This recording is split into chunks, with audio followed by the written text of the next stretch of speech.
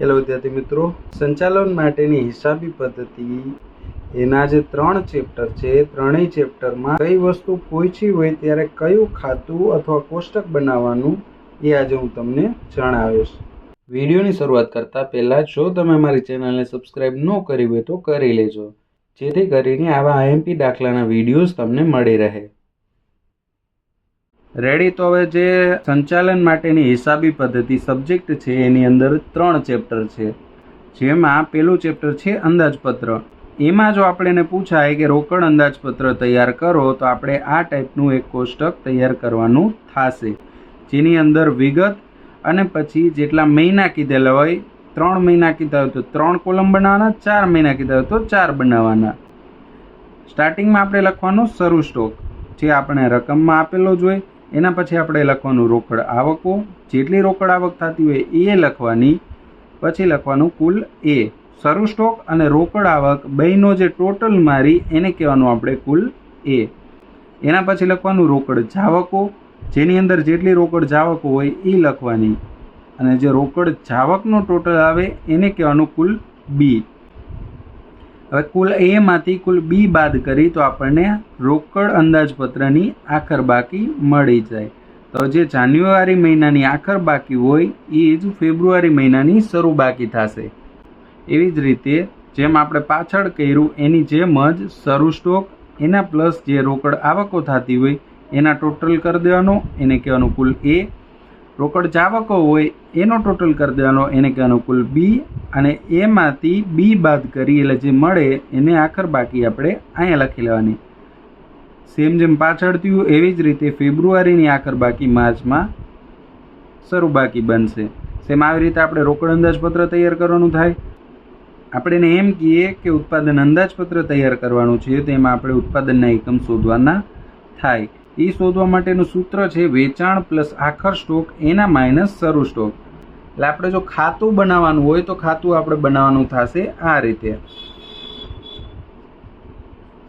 જેની અંદર આપણે વિગત લખીને જેટલા મહિના કીધેલો એટલા મહિના લખી લેવાના. અહીંયા આપણે લખવાનું વેચાણ એના પ્લસ આખર સ્ટોક બેનો જે ટોટલ આવે એને નીચે રાખવાનો, એમાંથી શરૂ સ્ટોક બાદ કરી દેવાનો. હવે આપણે એમાંથી શરૂ સ્ટોક બાદ કરશું તો આપણને ઉત્પાદનના એકમ મળી જશે. આને તમારે બીજી રીતે બનાવવું હોય તો તમે આ રીતે પણ બનાવી શકો છો. વિગત લખવાની અને મહિના જે છે એ આ સાઈડ લખી લેવાના, જાન્યુઆરી, ફેબ્રુઆરી અને માર્ચ. અને આ સાઈડ આપણે લખવાનું વેચાણ પ્લસ આખર સ્ટોક માઇનસ શરૂ સ્ટોક.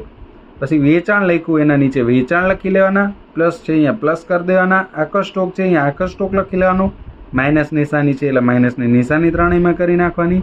અને શરૂ સ્ટોક લખેલું છે અહીંયા શરૂ સ્ટોક લખી નાખવાનો. હવે આ આપણે વેચાણ પ્લસ આખર સ્ટોક કરશું, એમાંથી શરૂ સ્ટોક બાદ કરશું. જે રકમ મળે એને એકમોની જગ્યાએ લખી લેવાના. બેમાંથી ગમે એ કરો, ખોટું નહીં પડે, પણ સરળ આ રહેશે. એના પછી જો પૂછે કે માલ સામાન અંદાજપત્ર તૈયાર કરો, અથવા એમ કહે કે માલ સામાન વપરાશ અને જથ્થા અંદાજપત્ર તૈયાર કરો, તેમાં આપણે આ તૈયાર કરવાનું થશે. એની અંદર આપણે શોધવાનું થશે એક તો કિલોગ્રામમાં કેટલો વપરાશ થાય છે એ, અથવા એમ કીધું હોય કે રૂપિયામાં કેટલો વપરાશ થાય છે એ શોધી લ્યો. અને અમુક દાખલામાં બે પૂછ્યું હોય કે કિલોગ્રામમાં કેટલો થાય અને રૂપિયામાં કેટલો થાય. તો આપણે જો બે શોધવાનું હોય તો આખું બનાવવાનું થશે. ખાલી કિલોગ્રામનું કહીએ તો કિલોગ્રામ સુધીનું બનાવવાનું થશે. પહેલે આપણે લખવાનું થશે મહિનો, એના પછી જે એકમો હોય ઉત્પાદનના એ લખવાના થશે. પછી એકમ દીઠ કેટલો વપરાશ થાય એ લખવાનો થશે. એકમ અને એકમ દીઠ વપરાશ બેને ગુણી લઈશું તો કુલ વપરાશ આપણને મળી જાય છે. જો આપણે એને ખાલી કિલોમાં જ કીધું હોય તો આપણે અહીંયા લગી જ શોધવાનું થશે. કિલો અને રૂપિયા બેમાં શોધવાનું છે તો એને ગુણ્યા કિલો દીઠ ભાવ કરી દેવાનો આપણે, જેથી આપણને રૂપિયામાં મળી જશે. હવે ચોથી વસ્તુ એમાં કદાચ પૂછાય કે ઉત્પાદન પડતરનું અંદાજપત્ર તૈયાર કરો.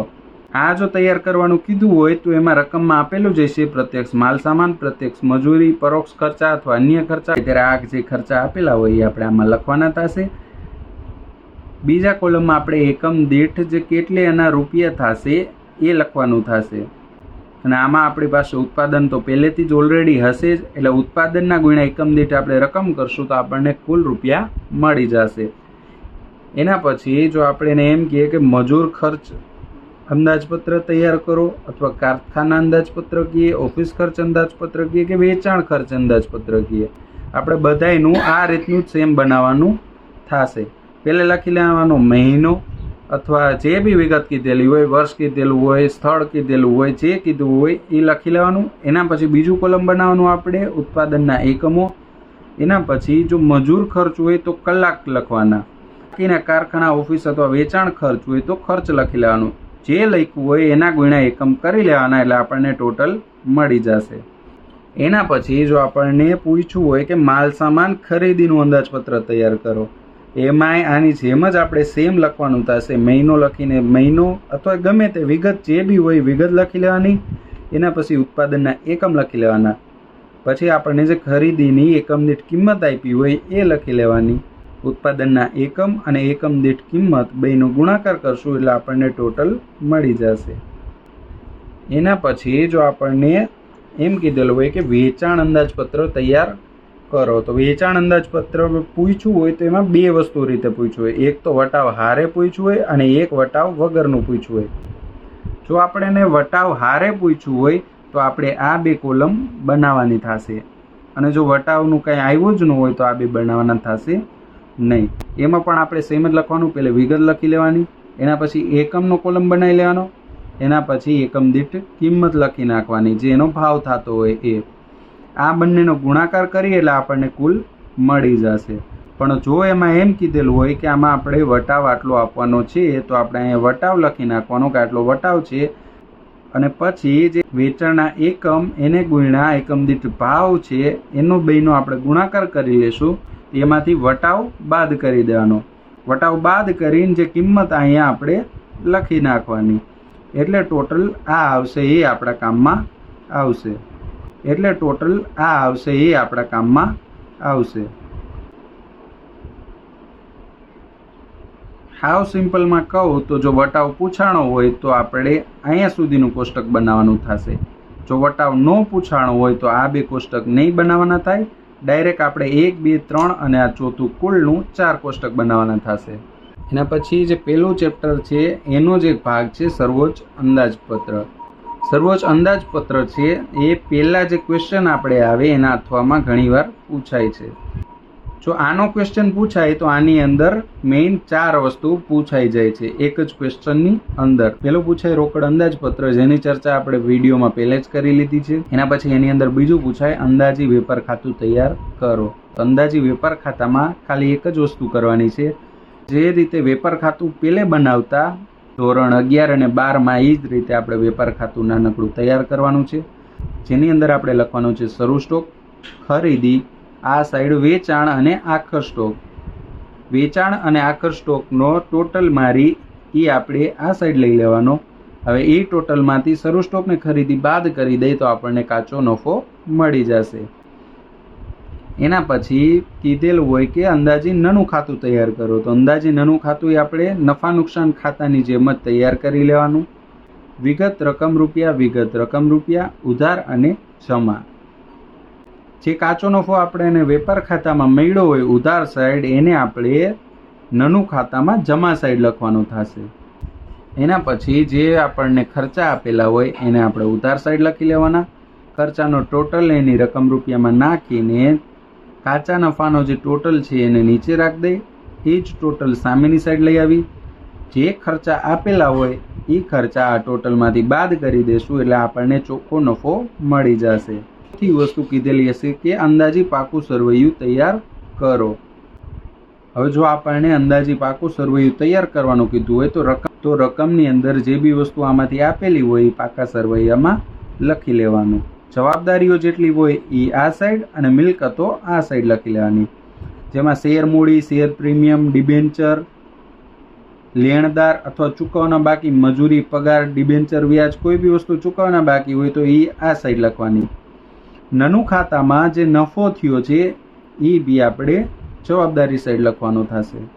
એના પછી આપણે લેવાની મિલકત સાઈડ. જેની અંદર આપણે કાયમી મિલકત, અન્ય મિલકત, આખર સ્ટોક, દેવાદાર, રોકડ, બેંક સિલક અને પ્રાથમિક ખર્ચ લખવાના થશે. હવે બે સાઈડનો ટોટલ માર દેવાનો. જો બે સાઈડનો ટોટલ સેમ આવે એટલે આપણો દાખલો સાચો થઈ જાય. એના પછી જે બીજું ચેપ્ટર છે તફાવત પડતર હેઠળ નિર્ણય વિશ્લેષણ. એની અંદર જેટલા દાખલા પૂછાય એમાં મોસ્ટ ઓફમાં આપણે સૌ પ્રથમ ફાળો દર્શાવતું પત્રક તૈયાર કરવાનું થશે. હવે ફાળો દર્શાવતું પત્રક તૈયાર કરવું હોય તો એમાં આપણે વિગત અને રકમ રૂપિયા લખવાની થશે. અને એની અંદર સ્ટાર્ટિંગ આપણે કરવાની થાય પ્રત્યક્ષ માલ, પ્રત્યક્ષ મજૂરી અથવા વેતન, ચલિત શિરોપરી ખર્ચા અથવા અન્ય કોઈ વિચલિત ખર્ચા હોય તો એ આપણે અહીંયા લખવાના થશે. હવે એ બધાનો જે ટોટલ મારશું એને કહેવાશે એકમ દીઠ ચલિત પડતર, જેને કહેવાય વી. ની અંદર જે વેચાણ કિંમત આપેલી હોય એને આપણે એની નીચે લખી લેશું એકમ દીઠ વેચાણ કિંમત, જેને કહેવાય એસ. એટલે આપણને એકમ દીઠ ફાળો મળી જાય. જે એકમ દીઠ વેચાણ કિંમત છે એસ, એમાંથી એકમ દીઠ ચલિત પડતર વી બાદ કરી દેશું. એટલે કે આમાંથી આ બાદ કરી દેશું તો આપણને એકમ દીઠ ફાળો મળી જશે. આગળ ઘણી વાર પરિસ્થિતિઓ આપેલી હોય જેમાં કીધેલું હોય કે કાચા માલ આટલો જ પ્રાપ્ત થશે, મજૂર કલાકો આટલી જ પ્રાપ્ત થશે. આવી રીતે જો પૂછેલું હોય તો આપણે કાચા માલનો કિલો દીઠ ફાળો શોધવાનો થાય અને મજૂરનો કલાક દીઠ ફાળો શોધવાનો થાય. એ શોધવા માટે જે એકમ દીઠ ફાળો આપણે મળેલો હોય એના છેદમાં એકમ દીઠ કાચો માલ કરશું તો આપણે એને કાચા માલનો કિલો દીઠ ફાળો મળી જશે. અને એકમ દીઠ ફાળો જે આપણને મળેલો છે એના છેદમાં એકમ દીઠ મજૂર કલાક કરશું તો આપણને મજૂરનો કલાક દીઠ ફાળો મળી જશે. એ પછી જે આપણને ફાળા બેના મળી ગયા હોય એ વસ્તુ પ્રમાણે જેનો ફાળો વધારે હોય એને ઉત્પાદનનો ક્રમ આપવાનો. જેનો વધારે હોય એને પહેલો ક્રમ, એનાથી ઓછો હોય એને બીજો ક્રમ. જેમ જેમ ઓછો થતો જાય ફાળો એમ એમ આપણે ક્રમ ઓછો દેવાનો એને. એના પછી આપણે જે ઉત્પાદન મિશ્રણ મળ્યું હોય એના ઉપરથી આપણે નફો દર્શાવતું પત્રક તૈયાર કરવાનું થાય. એમાં જેટલી વસ્તુ આપેલી હોય એટલી વસ્તુ આપણે લખવાની. એના પછી ઉત્પાદનના જેટલા એના એકમ હોય એ લખવાના. એના પછી જે એનો એકમ દીઠ ફાળો મળ્યો હોય આપણે એને અહીંયા ઉપર એ લખવાનો થાય. ઉત્પાદનના એકમ એને ગુણ્યા ફાળો કરશું તો આપણને કુલ ફાળો મળી જશે. જેટલી વસ્તુ હોય એ બધી વસ્તુનો. હવે એ બધી વસ્તુના જે ફાળો મળવાનો ટોટલ મારશું તો જેટલી વસ્તુ હોય એટલી વસ્તુનો કુલ ફાળો મળી જશે. એમાંથી આપણે સ્થિર ખર્ચા બાદ કરશું તો આપણને નફો મળી જશે. એટલે જો તફાવત પડતર હેઠળ નિર્ણય વિશ્લેષણનો દાખલો પૂછાય તો એમાં મોસ્ટ ઓફ આટલી જ વસ્તુ કરવાની થશે. આનાથી વધારે કાંઈ નહીં આવે. પછી જે ત્રીજું ચેપ્ટર છે માર્કેટિંગ વ્યૂહરચના હેઠળ નિર્ણય વિશ્લેષણ, એનો જો દાખલો પૂછાય તો એમાં આપણે મોસ્ટ પ્રોબેબલી આ ત્રણ વસ્તુ જ શોધવાની થશે. એ સિવાય થાય તો એ જે આપણે તફાવત પડતરમાં આવ્યું એ રીતની જ વસ્તુ લખવાની થશે. તફાવત પડતર અને માર્કેટિંગ વ્યૂહરચના આ બે ચેપ્ટર સેમ જ છે, થોડો ઘણો જ ખાલી ફેરફાર છે. એટલે આમાં જે નવી વસ્તુ શોધવાની થશે એ છે પીવી ગુણોત્તર, જેને કહેવાય નફા જથ્થા ગુણોત્તર. આ શોધવા માટે જે ફાળો છે એના છેદમાં વેચાણ કરીને એના ગુણ્યા શોર્ટ કરવાના, એટલે આપણે એને પીવી ગુણોત્તર મળી જાય. ફાળો કેમ શોધવાનો એ તો આપણે પાછલા ચેપ્ટરમાં જોઈ જ લીધું. માર્કેટિંગ વ્યૂહરચનામાં જે બીજી વસ્તુ નવી પૂછાય એ છે સમતૂટ બિંદુ. હવે આપણને સમતૂટ બિંદુ શોધવાનું કહીએ એકમમાં તો આપણે કરવાનું સ્થિર ખર્ચ એના છેદમાં એકમ દીઠ ફાળો. અને જો સમતૂટ બિંદુ એમ કહીએ કે આપણે રૂપિયામાં શોધવાનું છે તો એનું સૂત્ર છે સ્થિર ખર્ચ એના છેદમાં પીવી ગુણોત્તર એને ગુણ્યા 100. પીવી ગુણોત્તર જે આપણે અહીંયા ઉપર જ શોધેલો છે.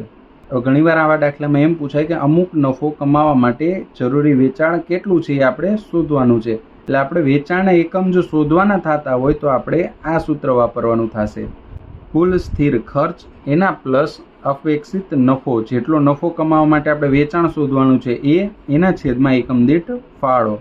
અને જો એમ કીધું હોય એકમની જગ્યાએ આ જરૂરી વેચાણ આપણે રૂપિયામાં શોધવાનું છે કે કેટલા રૂપિયાનું વેચાણ થયું છે, તો આપણે ઉપરનું તો સેમ જ રાખવાનું કુલ સ્થિર ખર્ચ પ્લસ અપેક્ષિત નફો એના છેદમાં આપણે કરી નાખવાનો પીવી ગુણોત્તર જે આપણે પહેલે શોધ્યો હતો. એને ગુણ્યા 100 કરશું તો આપણને રૂપિયામાં વેચાણ મળી જશે. રેડી. તો સંચાલન માટેની હિસાબી પદ્ધતિની અંદર જે 3 ચેપ્ટર છે એમાં આ સિવાય કંઈ નવું નથી આવતું, એટલે આ કોષ્ટક અને સૂત્રો તમારે યાદ કરી લેવાના થશે.